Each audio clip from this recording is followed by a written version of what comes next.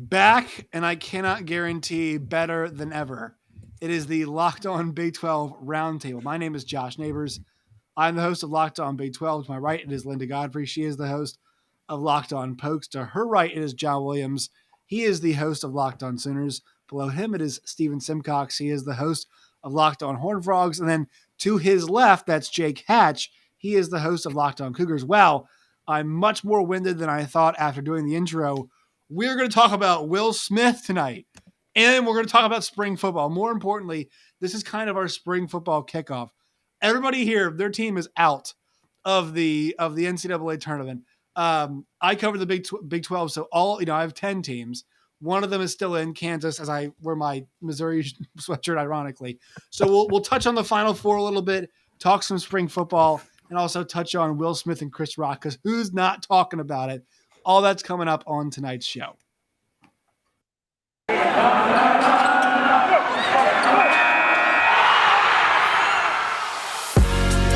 You are Locked On Big 12, your daily podcast on the Big 12 Conference, part of the Locked On Podcast Network, your team every day. Once again, it is the Locked On Big 12 Roundtable. So the first thing we're going to talk about is the Oscars moment we had between Will Smith and Chris Rock. I'm trying to think of the sports equivalent to this. Does anybody, Jake, I know you are kind of the foremost radio person out of this kind of whole group of us. Have you guys had the sports equivalent conversation? Have you thought of one?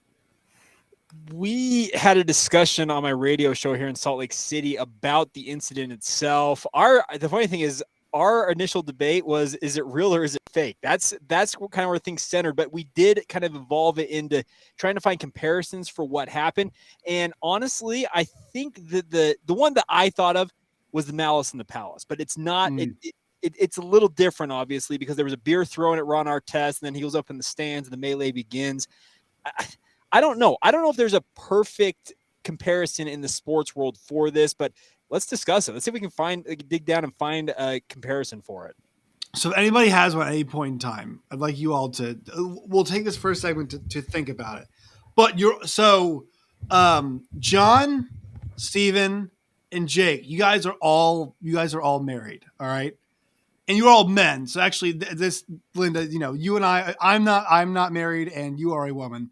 So we are out of this conversation because we can't put ourselves in Will Smith's shoes. So John, Jake, and Steven, you guys are on the clock on this one. Put yourself in Will Smith's shoes. Is there any situation where somebody would make a joke that was not blatantly offensive, where you would go over the edge? Could you be in a certain mood? Could you be set off? Anything like that? Basically, what I'm trying to say could you see yourself at all in Will Smith, or is it just like, that was so out of line, that was so crazy? John, you can go first. I don't think I could see myself in that situation. In that circumstance, when you have a comedian who's kind of made himself famous by being edgy and kind of blurring the lines of comedy, like going to the edge, you kind of expect to get some things that are going to be controversial. And he definitely brought something controversial. Now, if we were in public and somebody was making fun of my bald wife, I might say something about it. I'm probably not going to put hands on them. When we lived overseas in Ethiopia, we had drunk people all the time coming up and trying to touch my wife and grab her hand and all that stuff. That was about the only times I put my hands on somebody, but it was just like, hey, I'd put my hand on their chest and kind of back them away, and just to say, listen, that's not okay. You can't touch my wife. It never escalated beyond that, but that's about as far as it went, and really as far as I wanted it to go. I did not want to get into fisticuffs with somebody in a foreign country and find myself locked in an Ethiopian prison. But yeah, that's about where I'd come from. And I'm a lover, not a fighter, so it's unlikely I'm going to fight somebody. Somebody'd have to be really coming after and going over the top, not just like a one-liner, but if they were just relentlessly, belittling her, then that's probably where I'd step in and start throwing some fisticuffs. Yeah, it's this. The setting too is like one that lends itself. Also, these two have put themselves out there, like that conversation of them at the table together talking about their sex lives very publicly is like appalling. But I mean, they're out there and they're sitting at the first table. Steven, was there any point in time where you were like, I'm kind of team Will Smith, or is it just this is so ridiculous? I mean, I think defending your wife is noble. Obviously, that's not the way to go about it. Like John said, I mean, if somebody's joking around, my first instinct, especially if it was a joke, would be to make fun of them back. Like that would be my first, like that would be my impulse. It wouldn't be to just walk up and slap somebody in the face. Now, here's my theory on what happened, because Will laughed initially, He did. and I think he laughed at the joke, and then you could tell Jada didn't appreciate it from the jump, and he looked over and he saw, oh, she's upset. I screwed up. Now I have to like overcompensate and do something to make up for laughing at the joke. Also, you know, I'm sure there was like just the emotion of my wife was hurt by this, but I feel like Will just decided like, oh no, I have to like go overboard now and do something to prove that I didn't appreciate that either. And that was what he landed on, which was crazy. But yeah, it was insane. And I think the situation there was so beneficial for Will. Not that like obviously it was awkward and uncomfortable, but like what's Chris Rock gonna do? I mean, I guess he could have like bum rushed him when he turned around, or started making jokes about that August, whatever his name is, that, you know, had an affair with Jada at one time. But like he was so shocked, he's just like, okay, well, I guess we're moving on. I guess we're moving on to whatever's next. I guess I just have to sit here and take this. So it was sort of a situation where I feel like he also knew he wasn't gonna fight back. Like he didn't have to actually throw hands. He was just gonna slap that guy and then walk away. But no, I could not see myself doing that. And I think it was as much about Will's reaction to the joke as it was the joke itself. Jake, so you can answer this question. You can go from any angle about you and your wife.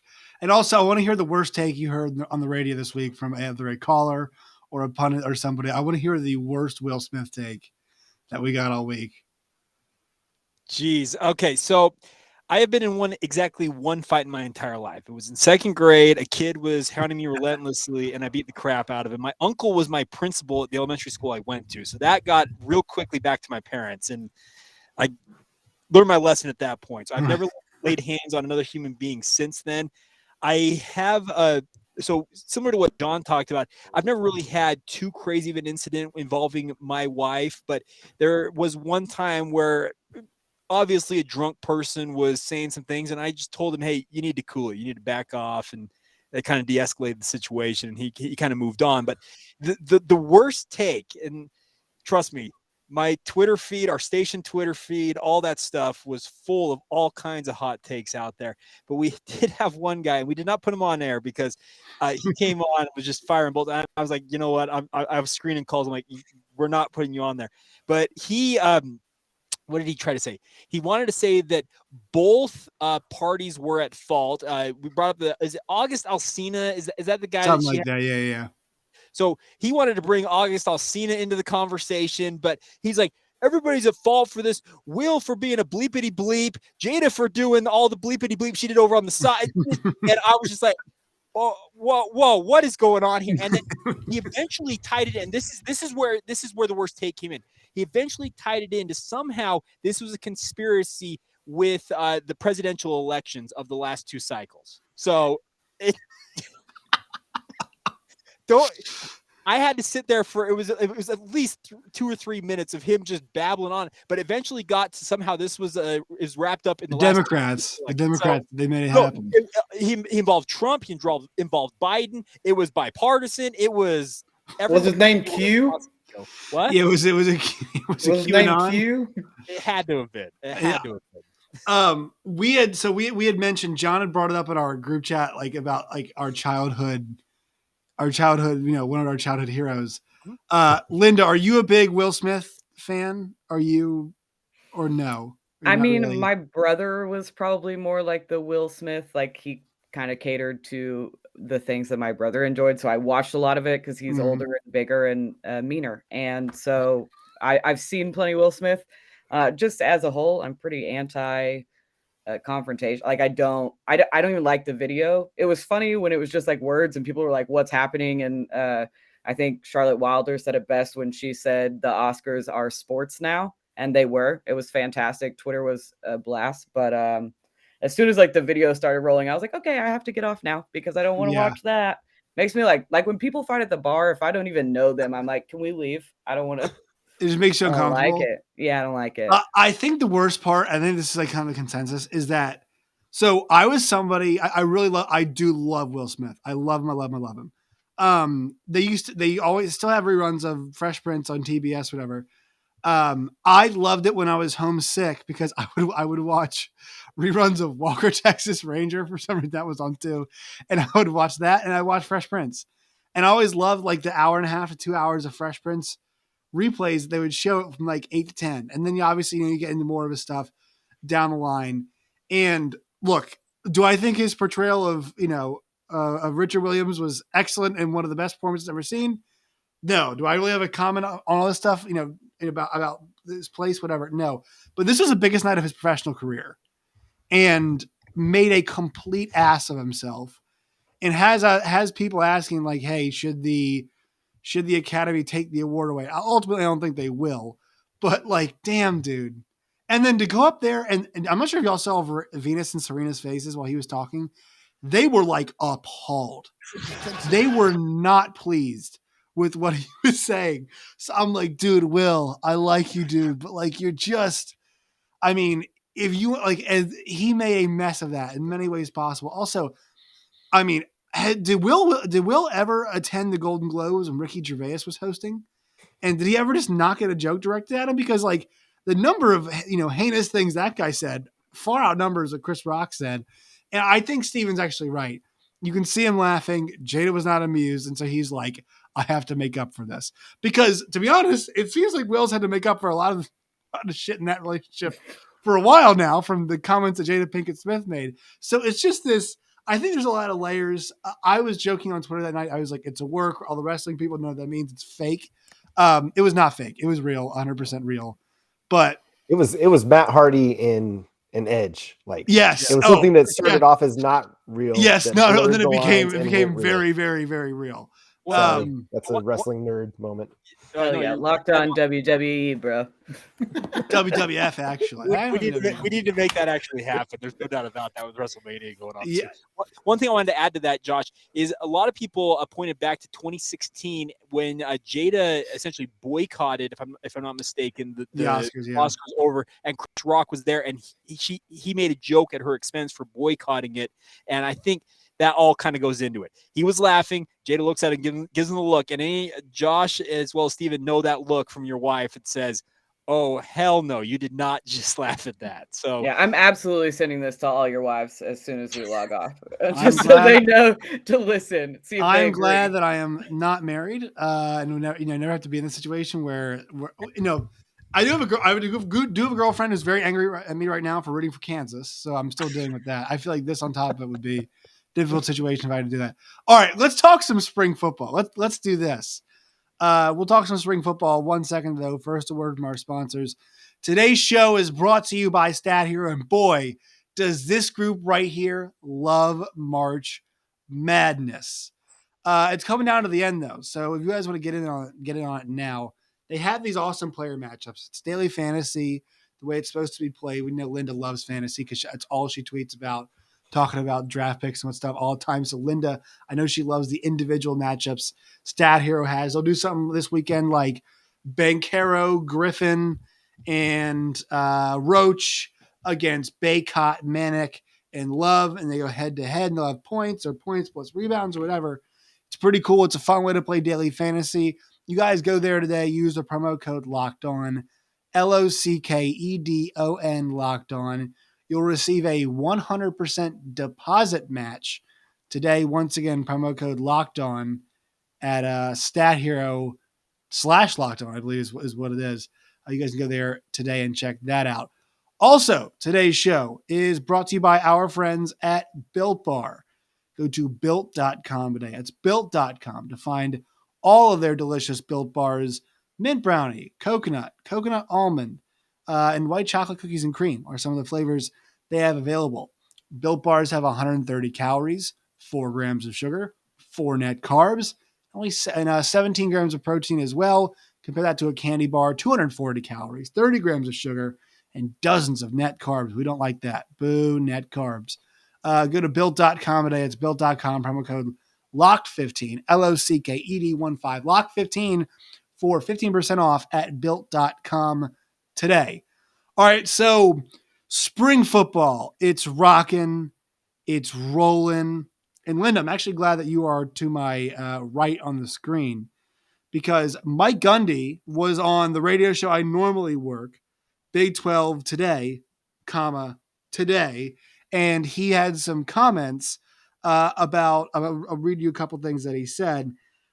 He said by 2024, around 2024, he thinks that the Big 12 might add more schools. He also mentioned 18 playoff. He didn't say anything about 12, which I thought was interesting. So now, obviously these are not like blasphemous comments and not as nearly, as edgy as his OAN comments.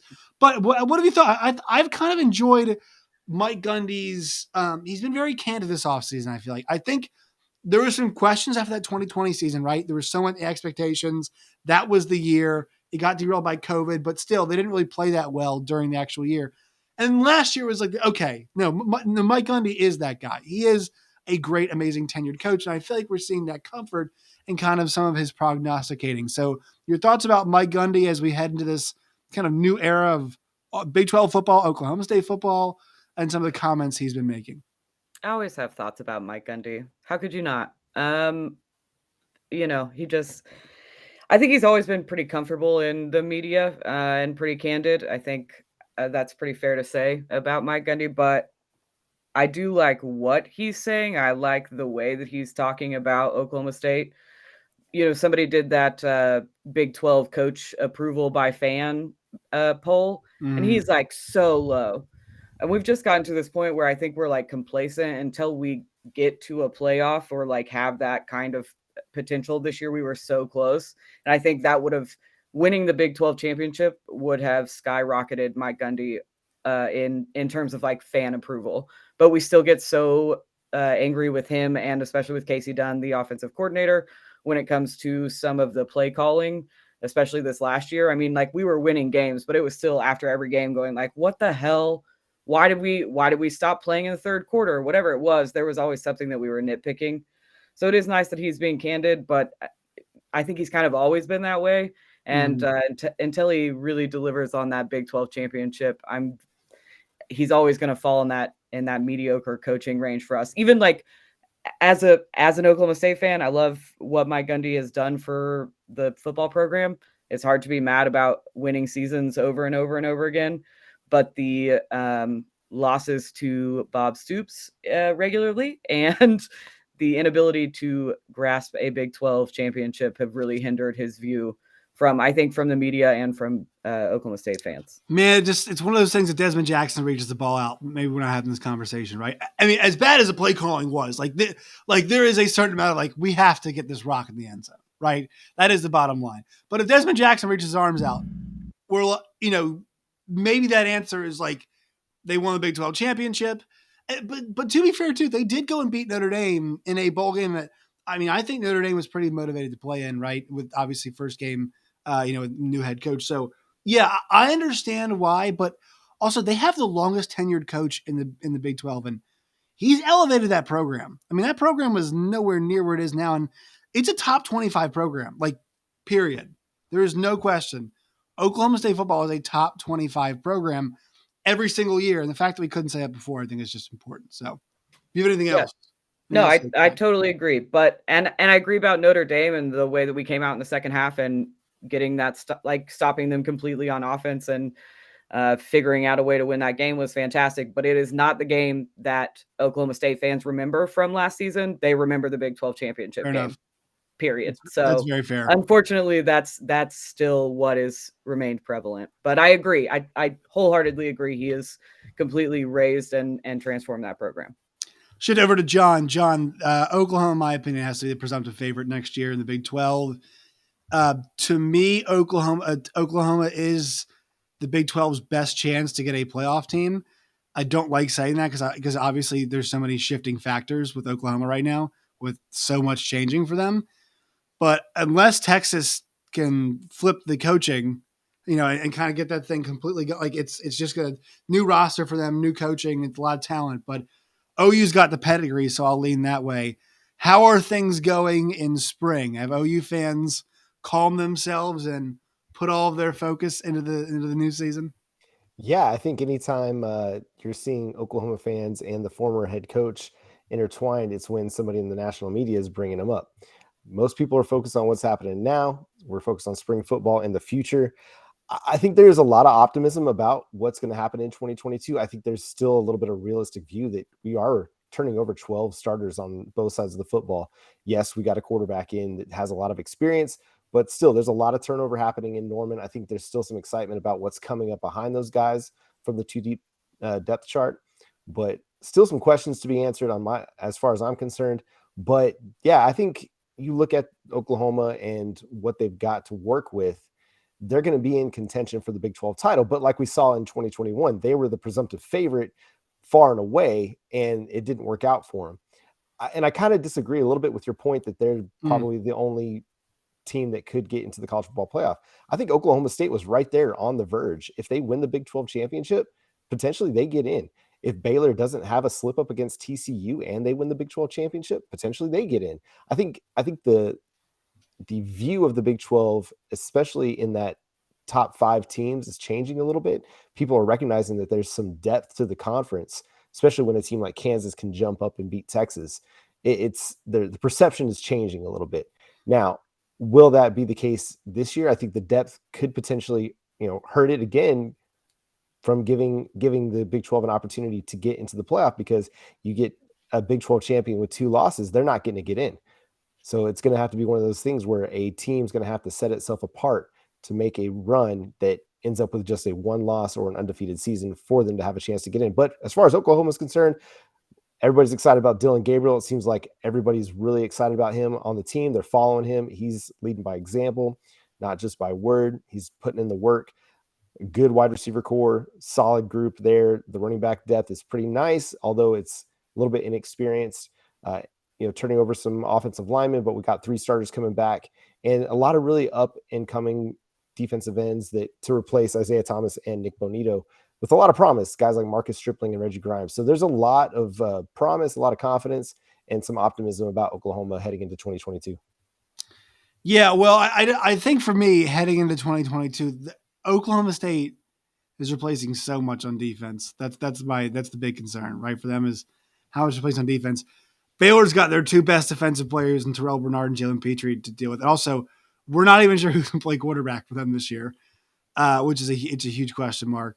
Which kind of brings me to TCU, who's in this fray. Steven, this is the team that I think we're discussing how many new players could come in after spring practice. TCU might bring in like an entire roster because we saw them. They didn't sign a whole lot of guys. How many guys were in their recruiting class? Like, it was a pretty small class. Yeah, it was like 10 high school guys that came in. And so they've got a lot of, I believe they got a lot of room left, right? I mean, they can definitely make some moves here with their roster as it moves forward. So how do you feel about Sonny Dykes? I'll be honest. I don't know why. I feel like the more I've thought about the hire, I've kind of cooled on it a little bit. I'm not saying it won't go well, but I'm not as enthusiastic as I was when I earlier thought about it. How do you feel? Oh, Josh, I mean, we're still in the honeymoon phase, man. Like, it's all good. It's all great. Sonny's out there, new culture. Guys are bigger and stronger. Got a new strength coach. Everybody's put on good weight in the offseason. Sonny has open practices. He's been real vulnerable with us. He gets out there in a press conference and he just talks and he doesn't lecture us about other teams doing things to disrespect the game. He just talks about how much bloggers. bloggers. He just talks about how much he loves Fort Worth and loves being at TCU. We got a quarterback battle going on. We got a new look offense. I mean, everything's great. There's no issues right now. Everybody's really excited. He had Eddie Lampkin out there, one of the basketball players, like throwing the ball on Saturday. They got coaches mic'd up. I mean, This is like Hard Knocks. It's great. All the he's winning the public opinion battle, is what you're saying. Yeah, he's winning the public opinion battle. No game has been played yet, so there's no reason to not be optimistic. Here's the thing: like, I think there's a high ceiling for Sonny. I also think that this could just stay stagnant or just drop off a cliff. You know, like, and I realize I listed 3 possibilities, and that might be the only 3 possibilities. But I just, the offense is going to be better. I believe that wholeheartedly. Sonny has scored points wherever he's been. Yes. You know, even when they were bad at Cal, like, he was still churning out good quarterback play with Jared Goff and guys like that, and he was still able to score points. I don't know about this defense. I mean, Joe Gillespie did a really good job at Tulsa, but all due respect, like, that's a different animal. You know, not that there aren't good offenses in the American Conference, but you're coming up to the Big 12 now, and this 3-3-5 look, I don't know how that's going to work. So there's a lot of question marks there, and we'll see what that transition is like. But I think right now people are talking themselves into the hire. Like, there's no reason to not be optimistic. There is a lot of roster turnover, like you sort of laid out there. They brought in a number of transfers so far. I think there will be more after spring practice with more guys hitting the portal. And I just feel like things were so – you could tell the last few years that the end of the Gary Patterson era, it just felt like was going towards a dead end. Like, there wasn't much hope that he was going to turn it around. So something fresh, something new is really working for the fan base. I don't know how it's going to pan out when, you know, they hit the field on Saturdays. That remains to be seen. By the way, I laughed in the middle of that because I read a ridiculous post from somebody on Twitter. This is why I always check Twitter to make sure nothing newsworthy breaks. And so we look like complete clowns when we're talking like, hey, Will Smith. And it's like, by the way, you know, Dave Aranda has taken the UCLA football job. So, you know, he never wanted that to happen. I think when I think about him, you know, Sonny Dykes, I think about Joey McGuire too, right? The 2 new coaches in Texas. Both of them are definitely winning the public opinion battle, right? I mean, Joey McGuire is like, I think there's a certain sentiment out there that it's like, we've got no clue if this guy can coach at all. Luckily, he's brought in a couple good coordinators, and I'll tell you what, there is no hotter coordinator right now than Zach Kittley, right? I mean, have you all seen all this stuff? He's like in his low 30s. Everybody's talking about him. I think we're at the part of the news cycle for the draft where Bailey Zappi's about to get some love, right? He'd be like, what about this kid? Fourth, third round. What if somebody – Linda, you know, is this going to happen? Is this happening now? Is this happening? It's absolutely going to happen. It happens every year. We get tired of talking about like the same top couple guys and then just like work our way down till we're like, what are we doing? Talking ourselves into Sam Ellinger, and they're going to be like, it's threw for 50,000 yards last year and 29, 100 touchdowns. Yeah. And who's his coordinator? He's at Texas Tech. I do think Hitley's also a rock star. I think this guy's going to do. We had him on recently. He sounds like a head coach. Like, he sounded like he was the head coach of Texas Tech. He's like, Lubbock's where I want to be with my family. It's like they might have hired the wrong guy, and they might have hired the right guy, but they might have hired the wrong guy above him. So, Stephen, do you agree when we're talking about these 2 schools in Texas? You think it's fair to say, all right, I know it's different situations. One's private, one's public. You know, one different expectations, everything. But it's kind of fair to kind of track these 2 hires together as we go along. I think so, and Tech, similar to TCU, like, you just got such a different personality in Joey McGuire.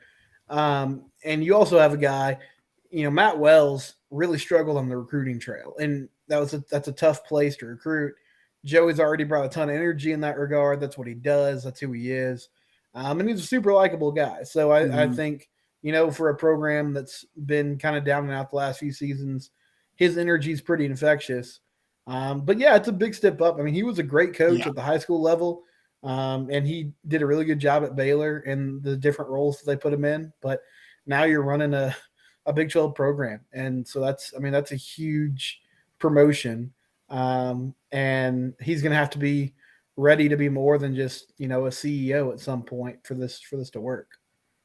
And Jake, what do you want to see from BYU as they get ready to potentially enter the Big 12?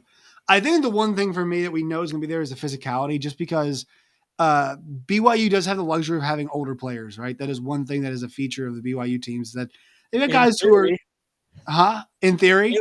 Baylor kind of showed BYU where they need to get to last year. Right. That is true. But I think there are going to be some games where it's like Texas Tech gets pushed around by a BYU, right?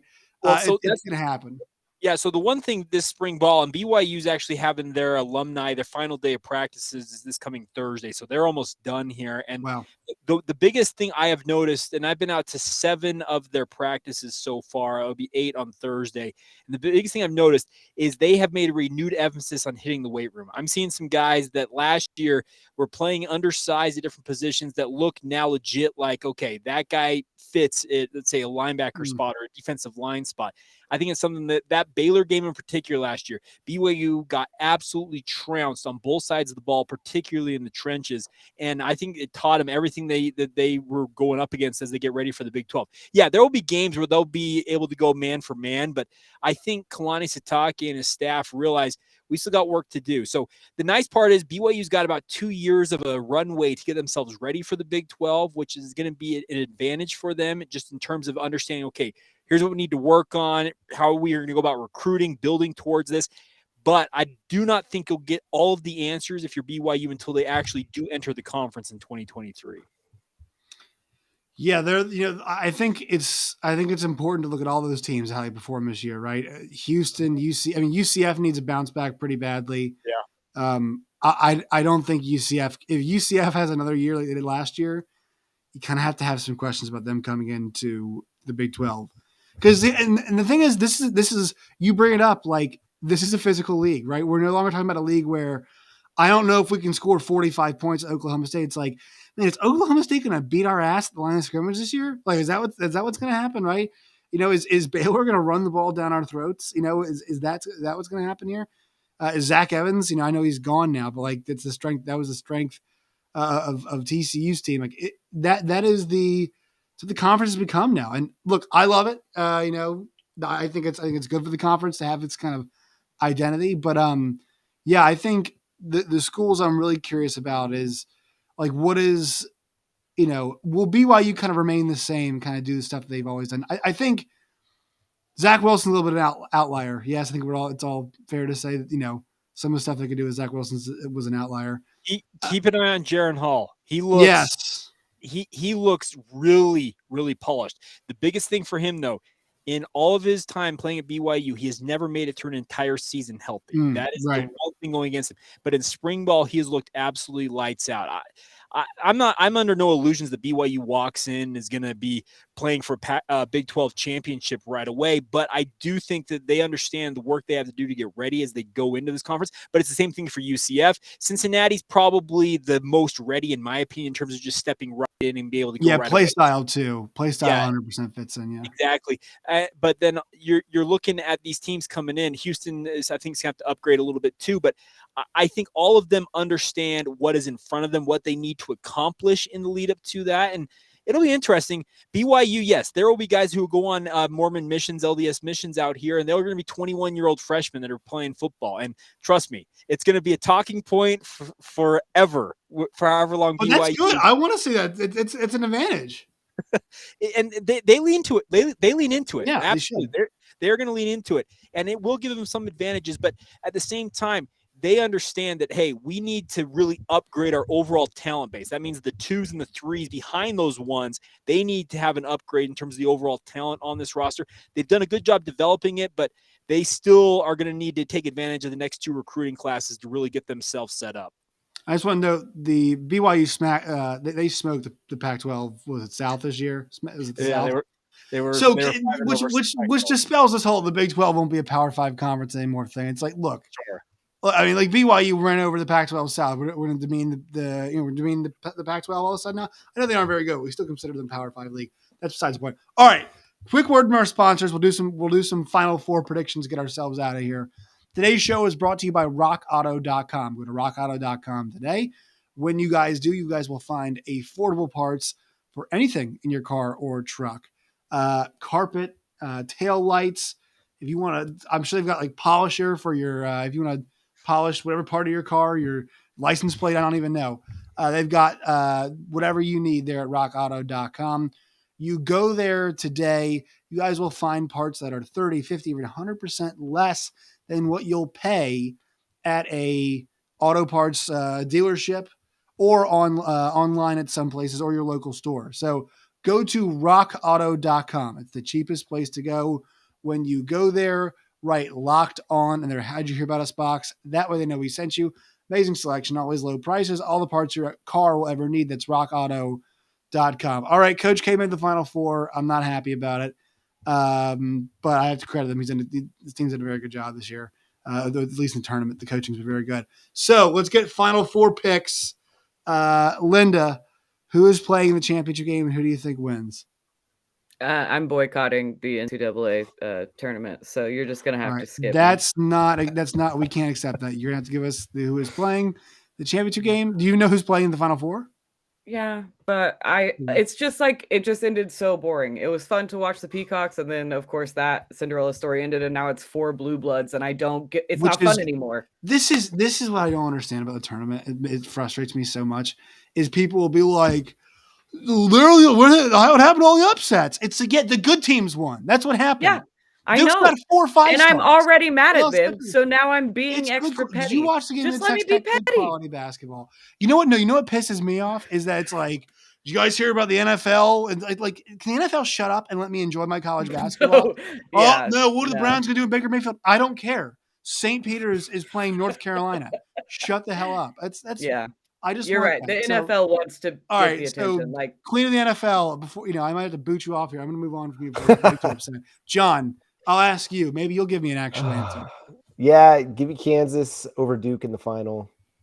So this is what happened.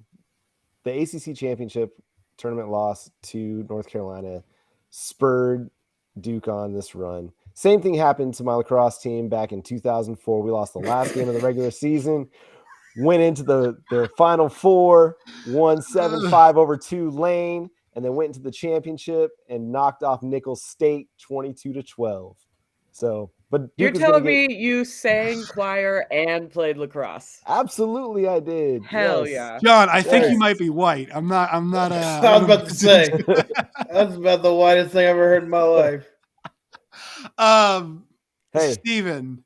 It is what it is. But What yeah, is Kansas over Duke. Man, I didn't know I was doing a show with Zac Efron. That's hilarious. He took my pick though. I'm also going Kansas over Duke. I think KU gets it done.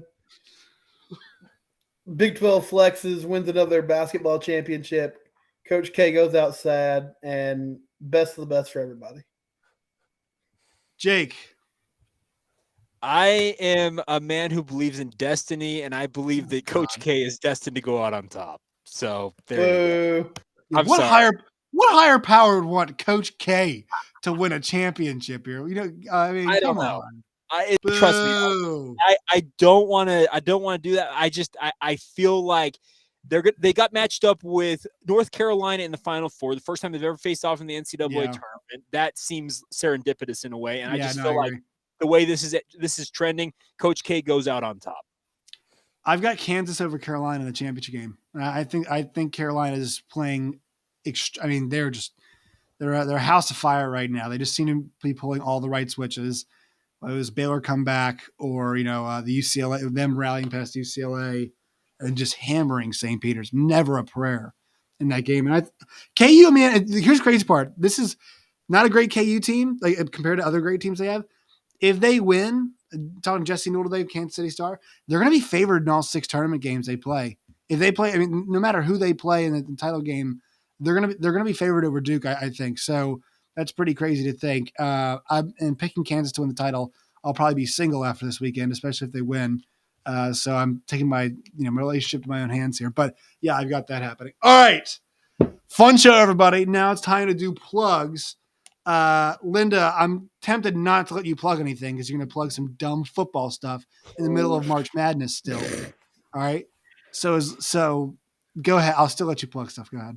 Okay, I thought I was really going to get skipped over. Locked On Pokes is pretty much fully turned to football, some baseball, softball sprinkled in. And then all of my fantasy football work can be found on Matthew Berry's Fantasy Life newsletter, which is a free newsletter sign up to.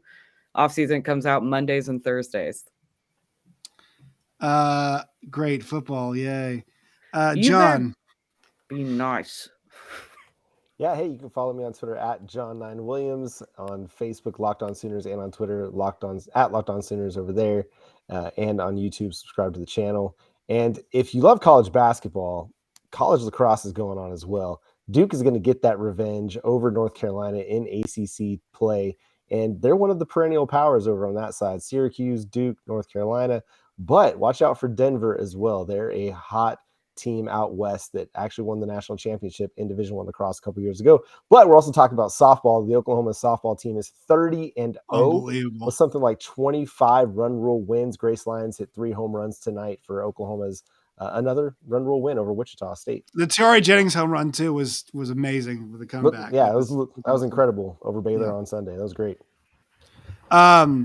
Linda, I'm fine with the football stuff. Just wait till after Monday's championship game. Then we're good. That's all I'm saying. I'm just gonna spam you with like all of the NFL news. Linda asked us tonight gonna be like, "What's your opinion on this, Josh?" Ask us how we pronounce Gabe Burkich's name tonight. It's like, look, can we wait for the kicker talk? Like 1 week. No. 1 week on the kicker talk. We know Linda loves. We got 4 Big 12 schools replacing a kicker, man. This is big news. That is actually pretty big news. Steven. Man, college lax talk and kicker talk. It's like I turned on ESPNU at 9 a.m. on Thursday. I'm at Linda, we need to know. 9 a.m. Thursday is ESPNU. I'm at SomeGuckSteven on Twitter. The show is Locked on Horned Frogs. And I know Josh is exhausted, but if anybody else wants to keep talking with me, I ate some Cheeto Puffs earlier tonight, and I just found out via text message that apparently my pregnant wife was saving those for herself. So I'm not even sure if Chris Rock will get me out of this situation. I'm in deep, fellas. So and Linda. So Steven's gonna grab the keys and jump in the car. He's going to the store after this show's over. That's what's gonna happen. It's bad. I've messed up pretty bad here. Jake. Steven, as a guy whose wife subsisted on her last pregnancy on hot Cheetos, and that my son, who was part of that pregnancy, now loves those, I know exactly where you've been, and I wish you the best. So thanks, man. I might look up flights to Utah and see if you have a spare bedroom. To Salt Lake City. We got you. We got you covered. All right. You guys can follow me, Jacob C. Hatch, on Twitter, Locked On Cougars on Facebook, Instagram, or Twitter, just under Locked On Cougars. And yeah, we're just having a lot of fun. Follow the show wherever you get your podcasts. You guys can follow me at @JoshNeighbors_ at LO Big 12. We're going to have Shahan Jayaraja on tomorrow from CBS Sports. So he's going to come on and talk about the recent article he wrote. Yeah, he's awesome. He's great. So check that out. YouTube and wherever you guys get your podcasts, where to find it. All right, team. It was fun. We'll be back at it next week.